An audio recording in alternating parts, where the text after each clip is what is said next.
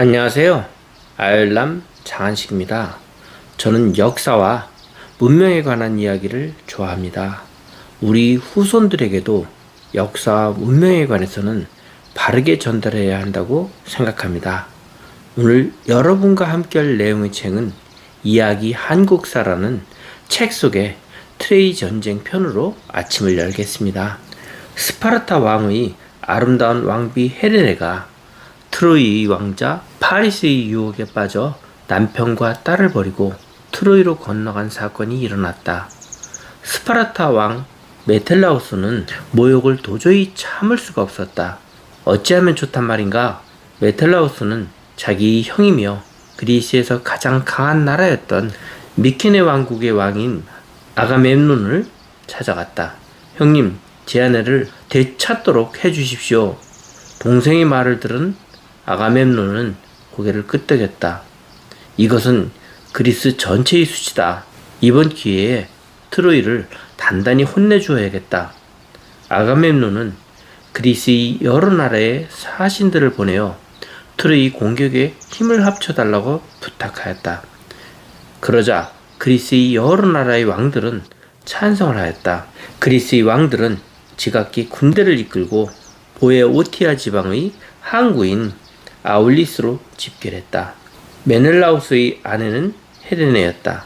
그녀가 처녀였을 때 그리스의 젊은 영웅들은 그녀의 아름다움에 반해 모두 그녀에게 청혼하였다. 그러자 그녀의 아버지 틴다레우스는 청혼자들에게 헤레네가 선택한 자를 결혼 상대자로 삼는다는 서약을 받았다. 그때 헤레네가 선택한 사람이 바로 메델라우스였다. 아우리스에 모인 왕들은 아가멤논을 왕 중의 왕으로 뽑은 다음 수만 명의 군사들을 이끌고 트로이로 쳐들어갔다. 그러나 이 원정은 실패했다. 그리스 군사들은 트로이로 가는 길을 몰라서 미시아라는 엉뚱한 곳에 상륙하게 되었고, 그곳의 왕 텔레포스는 백성들과 힘을 합쳐 그리스군을 몰아냈던 것이다. 아가멤논은 8년이 지난 뒤에 또다시 군사를 모았다. 그러나 이번에는 순풍이 불지 않아서 백길이 막히고 말았다. 그러자 예언자 카알카스는 다음과 같이 설명했다. 아가멤논이 사냥을 나가서 사슴 한 마리를 쏘아잡고 나서 아르테미스라 할지라도 이렇게 멋지게 잡지는 못할 것이다 라고 몹시 자랑했기 때문에 마침내 여신이 화가 났습니다. 여신은 아가멤논의 딸 이피케니아를 제물로 바치기를 간절히 바라고 있습니다.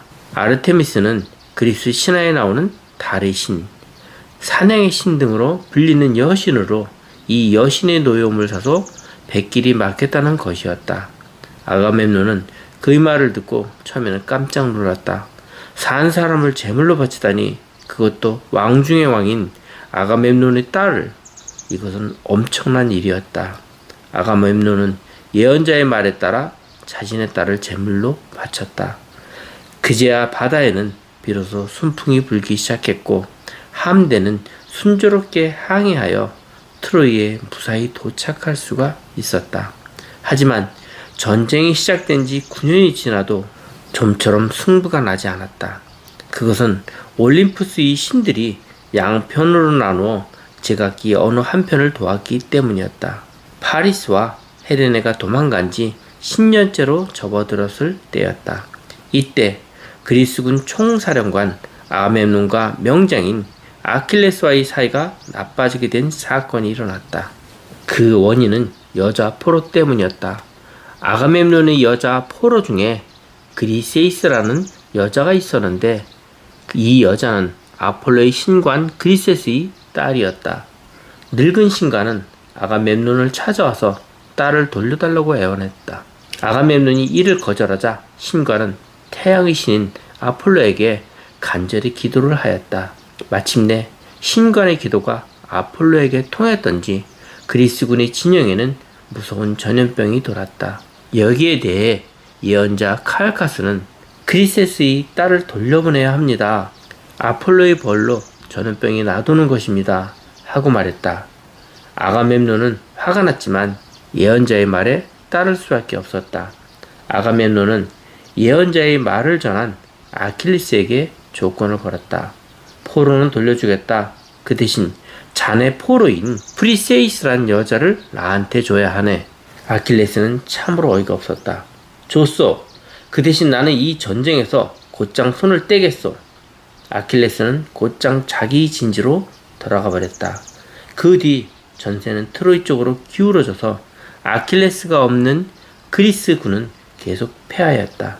그리스군이 거의 전멸당할 정도가 되었어도 아킬레스는 결코 결심을 바꾸지 않았다. 아킬레스의 친구이며 그리스군의 영웅 중인 한 사람인 파트로클로스는 그리스군이 계속 참패하는 것을 보다 못해 아킬레스에게 전투에 참가하도록 간청했다. 그래도 아킬레스의 마음은 변하지 않았다. 마침내 파트로클로스는 아킬레스에게 한 가지 청을 하였다. 그렇다면 자네의 갑옷과 군사들만이라도 빌려주게. 아킬레스는 이 청을 마지못해 승낙했다. 파트로클로스는 곧장 아킬레스의 갑옷을 입고 트로이군과 맞붙어 싸웠다. 이것을 본 그리스군은 아킬레스가 다시 싸움터에 나온 줄 알고 사기가 크게 올랐고, 트로이군은 사기가 꺾여 결국은 패하여 도망치기 시작했다. 트로이 왕자 헥토르마저 그리스군에 포위될 정도였다. 이 전투에서 파트로클로스는 트로이 최고의 용장인 헥토르와의 싸움에서 전사했다. 이 소식을 들은 아킬레스는 통곡했다. 기필코 이 원수를 갚고야 말 테다. 아킬레스는 다시 전투에 나섰다. 아킬레스가 나서자 그리스군은 싸움마다 이겼으며 트로이군은 궁지에 몰리고 말았다. 헥토르는 죽음을 무릅쓰고 아킬레스에게 달려들었다. 그러나 헥토르는 아킬레스의 상대가 되지 못했다. 헥토르는 아킬레스의 창에 목을 찔려 숨을 거두면서 한 가지 부탁을 하였다. 내 시체만은 부디 부모님에게 보내주시오. 하지만 아킬레스에게 이런 부탁이 통할 리 없었다. 아킬레스는 헥토르의 갑옷을 벗겨 전차 뒤에 매달고는 트로이 성벽 주위를 마구 달렸다. 성벽 위에서 이 광경을 보고 있던 부왕 프리아모스는 가슴이 아팠다. 늙은 왕은 성벽에서 몸을 던져 죽으려고 했으나 뜻을 이루지 못했다. 며칠이 지난 어느 날 한밤중에 아킬레스의 진지에 노인이 찾아왔다. 그 노인은 바로 헥토르의 아버지인 트로이 왕인 프리모스였다. 늙은 왕은 꿇어앉고 간곡히 호소했다. 아킬레스여, 그대의 아버지를 생각해보게. 그대의 아버지는 아들인 자네가 이렇게 살아있으니 얼마나 행복하겠는가. 그러나 내 아들은 그대의 손에 이미 죽었네. 부디 이 늙은이를 생각해서 내 아들의 시체를 돌려주게. 이때 아킬레스도 감동했다. 저에게도 늙으신 아버지가 계십니다. 자식을 생각하는 아버지의 마음은 누구나 같을 것입니다. 당신의 아들의 시체를 돌려드리죠. 아킬레스는 헥토르의 죽음을 늙은 왕에게 돌려주었다. 헥토르의 시체가 성 안으로 들어오자 트로이 사람들은 모두 슬픔에 젖었고 10일 동안 성대한 장례식을 치렀다. 그 뒤로도 전쟁은 계속되었다. 헥토르를 죽인 아킬레스도 파리스가 쓴 독화살에 발목 근처에 맞아 죽었다. 마침내 트로이 운명이 결정되는 날이 찾아왔다. 오랜 전쟁에 지친 그리스군은 오디세우스의 계략에 따르기로 하였다. 그리스군은 해변에 거대한 목마를 남겨둔 채 트로이인들이 지켜보는 앞에서 배를 타고 유유히 해안을 떠났다. 그들은 거짓으로 물러난 것이다. 그리스군은 물러가는 척하면서 트로이 앞에 있는 테네도스 섬에 닷을 내렸다. 물러갈 때 그리스군은 시논이란 자를 혼자 떼어놓고 갔는데, 이 사나이는 자진해서 트로이군의 포로가 되어 오디세우스 때문에 버림을 받았다고 간절히 호소했다.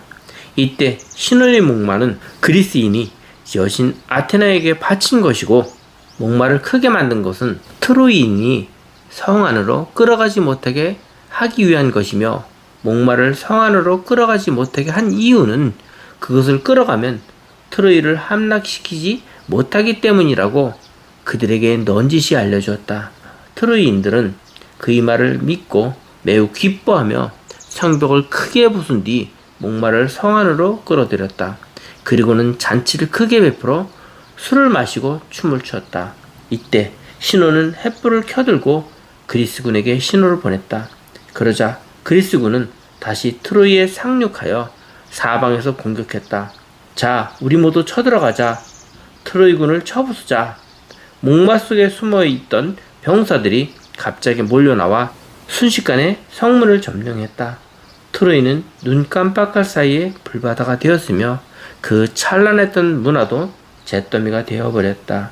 이 이야기는 기원전 8세기의 시인으로 추정되는 호메르스의 서사시 일리아드에 나오는 내용으로 기원전 13세기에 벌어졌던 미케네인이 트로이 공격을 극으로 꾸민 것으로 당시 미케네 문명과 사회의 여러 모습을 엿볼 수 있다.